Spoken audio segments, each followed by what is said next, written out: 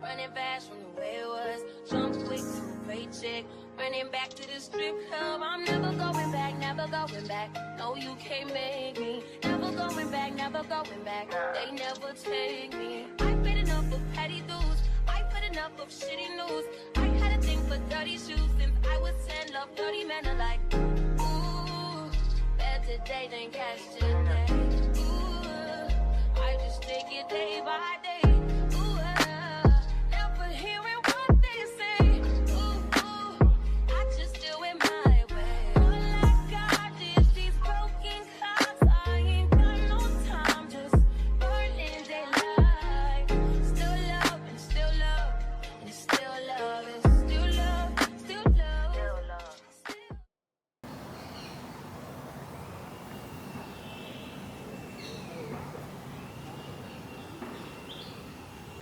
Alright, hey y'all, welcome back to the vlog. So today it's so beautiful out and it's sunny. It's not super warm, like that's why I have a light hoodie on, but I don't mind it. Like, it's not really windy, there's just like a light breeze, but it's absolutely beautiful out today.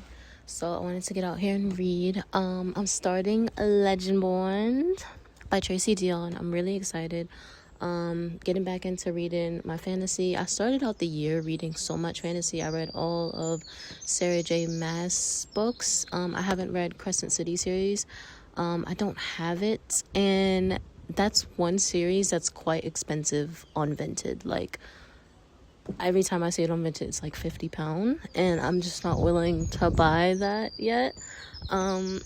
So I'll always put in offers and like they're never really accepted, so I may just borrow them for a library, and then like read all of that series before her new books 6 and 7 come out this October, and I think one's gonna come out January of next year.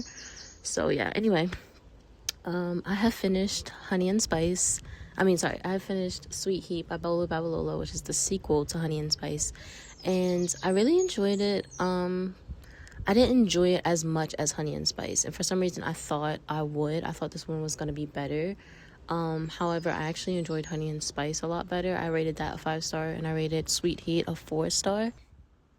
So yes, what I really liked about the book was how Kiki was super relatable. I feel like I really enjoyed how she was written in this one because she was so conflicted and confused about her feelings for Malachi after not seeing him for like 3 years straight, because the book kind of starts out with them being already broken up, and we only really know about their breakup when there's like chapter flashbacks. Like, she'll write an entire chapter that's like a flashback in time of like when they broke up or like when they were together, which I thought was very unique. I hadn't seen that or like read a book like that, so I thought that was like a unique take on it. But yeah, I thought that was really super relatable, because I think anytime you break up with anyone, obviously, or like any type of relationship sort of ends, like you do have those initial thoughts of like, is this the right thing? Am I doing the right thing? Am I being a bit dramatic?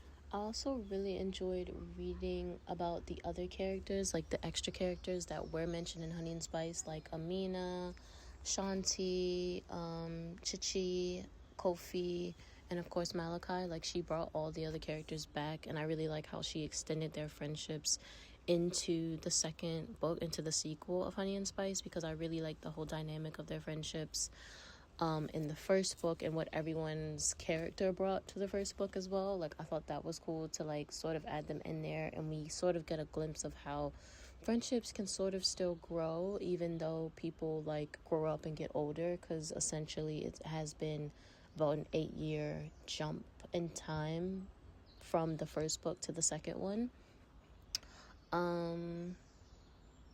I even like how she made them break up, which is really strange. So in the flashback chapters that we do get, there's only like a few in the book, but in the flashback chapters, basically Malachi's father passes away, and like he's just going through a lot of grief, a lot of trauma.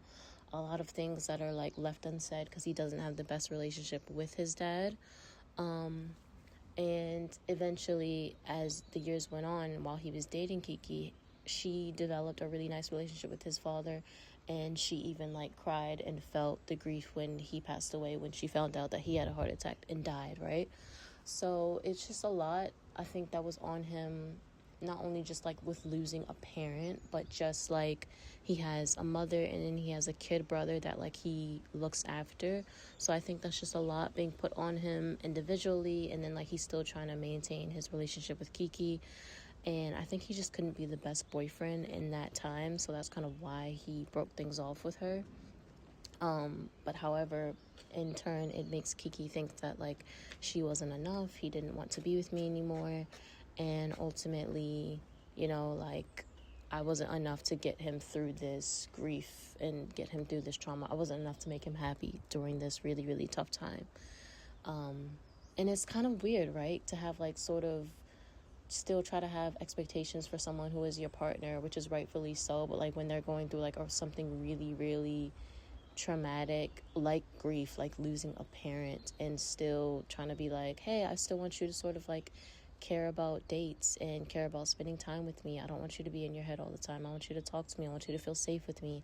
And it's really hard to sort of give someone that space to be themselves and to feel everything they're feeling while still not trying to take it personally that they don't want to be around you.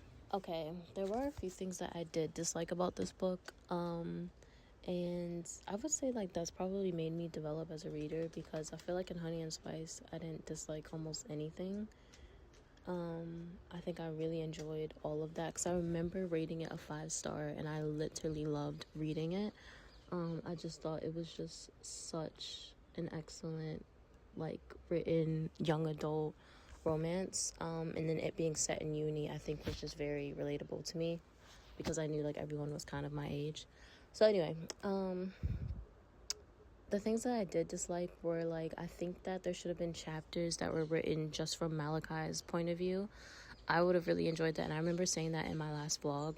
But I just think if you're gonna have two characters that are falling in love, that are having conflicting feelings for one another, that are trying to come back together after breaking up for a few years, I think it's really beneficial to see the male's perspective and point of view as well, because I feel like we're constantly reading about the female perspective on love and like what women feel.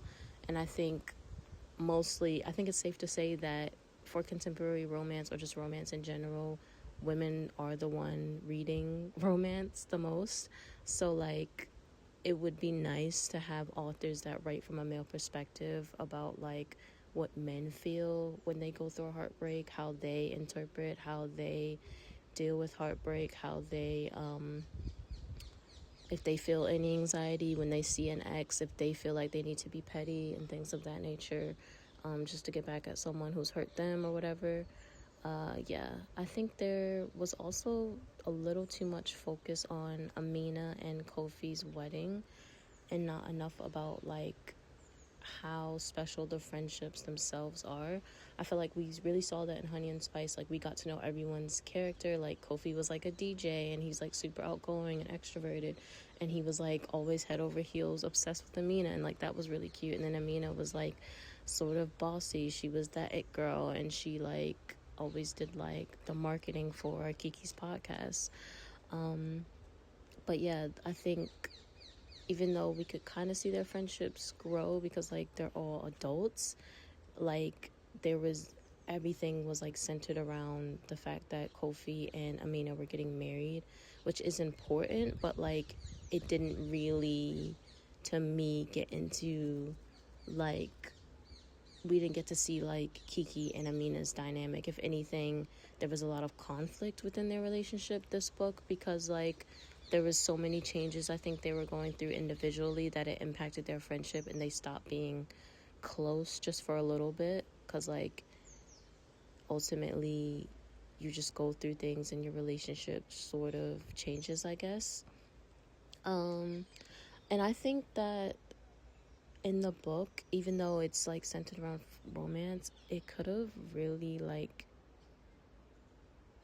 there could have been like quotes or just certain things that could have allowed people to really connect with grief. Because like when Malachi lost his father, I feel like a lot of people deal with losing parents or just losing loved ones in general, right? That's a part of life.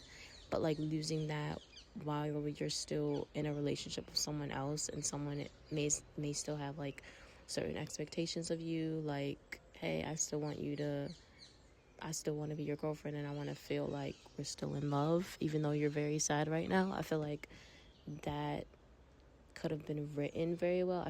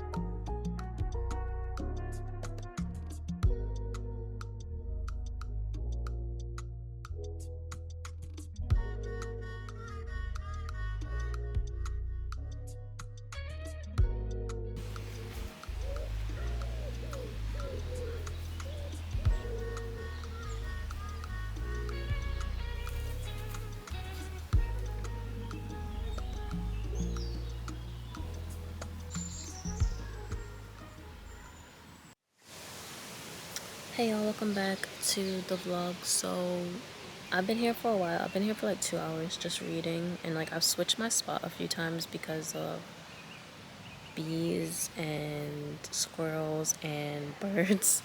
I don't really mind them. It's just like kind of distracting when I'm trying to read.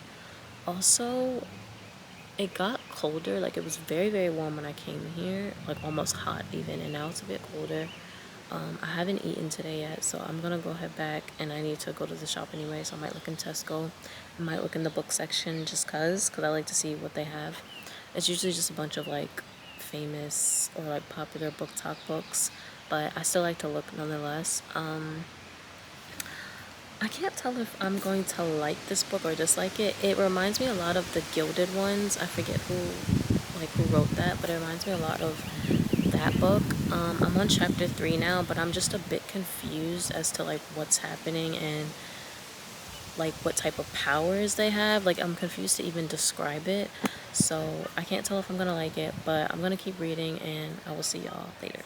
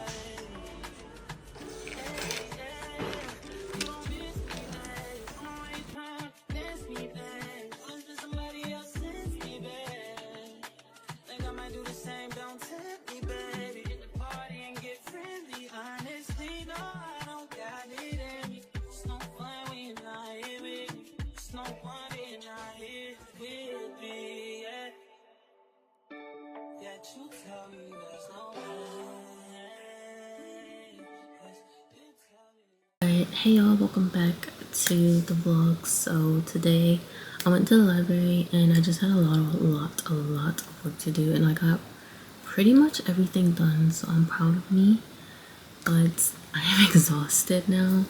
But I do want to show y'all the one book that I signed out of the library. I didn't really look thoroughly like for any books today because I wasn't really there to browse and to check anything out. I literally only went just to do some work, some editing, some content, you know. So that's why I really only got one book, and I'm surprised I even got this. But I was just about to order this on Vinted last week, and then I saw it in the library. I was like, you know what? I'll check it out instead. So yeah, I'm going to read Homebodies by Timbe Deatonhurst. Yeah, so anyway, this book follows a girl named Mickey who works in publishing in New York City, which is, I feel like that's literally any book girlie's dream, to work in publishing in New York. Like, what? Anyway, so yeah, she works in publishing in New York City, and then it sounds like she kind of leaves or gets fired. No, she leaves her job because of like systematic racism that she's experienced within her profession and within the publishing world in general. And then she moves back home from New York. It doesn't really say where she's from. I think she moves back like down south somewhere. And basically like her whole life essentially implodes and kind of falls apart. So it follows like her journey through all of that, and it sounds very much like a coming of age type of story, and I feel like anyone in their 20s or 30s can really relate to that because it's just such a trying time of like, I want to try this career, I want to try this career, oh but like I can't because I've just graduated, I don't have any experience, no one's hiring graduates. Like it's just such a, like your 20s is just for self-discovery. Your 20s and 30s, in my opinion, are just for self-discovery, and I feel like your life doesn't get quote unquote good unless like you just change your perspective and start seeing it that way. But yeah, anyway, I'm very excited to read this. I have book club later on tonight, like at 6. I'm so sleepy. Like I've never wanted to skip book club this much in my life, y'all. But I'm gonna go because like I literally always enjoy it, and it's so fun to have like-minded individuals who love reading as much as I do, and we like reading the same authors, the same genres. Like it's really really exciting, and I literally never regret it. But I just feel so tired that I'm feeling like I want to just go to sleep and like sleep through it. But I'm gonna go. And I'll see if I can record there. But if not, thank y'all so much for watching the video, and I'll see y'all on my next one. Bye.